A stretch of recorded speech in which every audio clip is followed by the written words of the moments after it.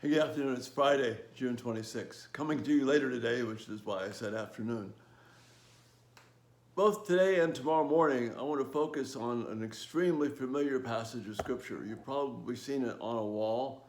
Maybe you even have it as a plaque, or maybe even your life verse. But there's insight here that I think it's easy for us to miss. It's Proverbs 3, 5, and 6, and it says, "Trust in the Lord with all your heart." This is the ESV translation. "Trust in the Lord with all your heart and do not lean on your own understanding. In all your ways acknowledge him, and he will make your path straight." And the phrase I want to focus on for our thoughts today and tomorrow are this: in all your ways acknowledge him.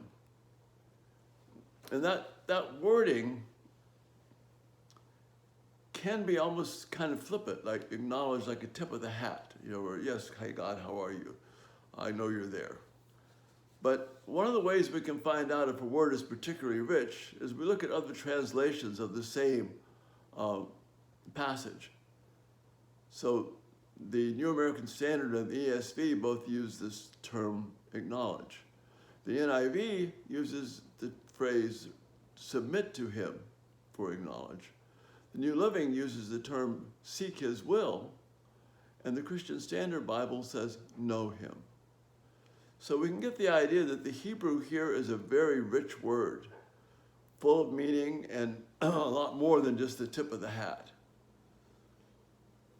Respected Hebrew commentator Bruce Waltke has this translation for this same verse. The first part of the couplet, verse 5, is the same: "Trust in the Lord with all your heart and don't rely on your own understanding." But now listen to this: "In all your ways, desire his presence, and he will make your path straight." That's what I want to focus on. Do you desire the presence of God in all of your ways?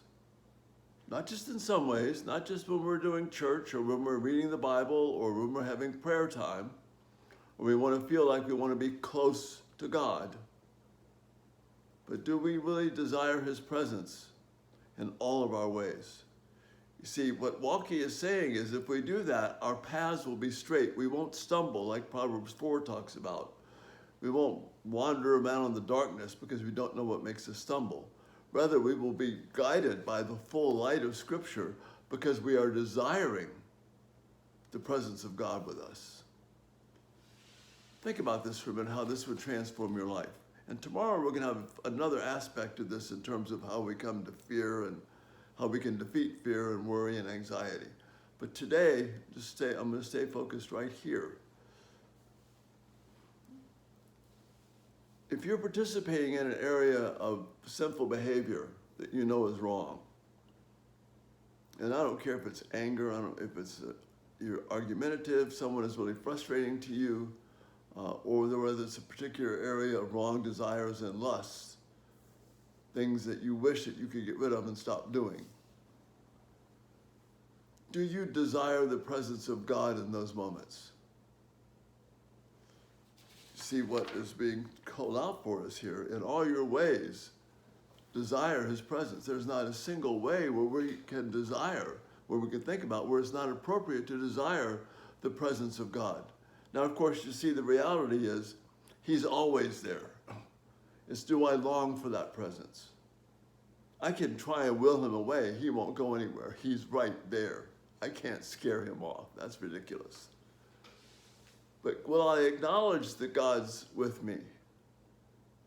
What this translation is telling us, and what this is urging us to us, is that if I desire God, my paths will be straight in everything I do. Do I have the courage to say, Lord, you are with me now. I want to honor you.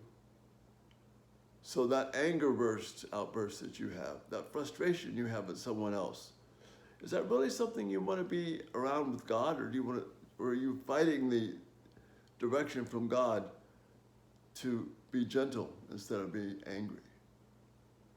Or is that area of lust and craving that you have, whether it's for food, whether it's for sinful thoughts, perhaps pornography, perhaps a relationship that you know you shouldn't be a part of? Do you desire the presence of God in those moments? That's what will keep your path straight. Can you pray this prayer? Make this statement with Solomon in Proverbs chapter 3. Lord, I desire you with me. I know you're with me. I want to long for that. I want to honor you in this moment. That's what will bring pleasant paths for your feet. Tomorrow we'll go into the other aspect of this, but that's the thought for today. In all your ways, desire the presence of God. You have a great day. Bye-bye.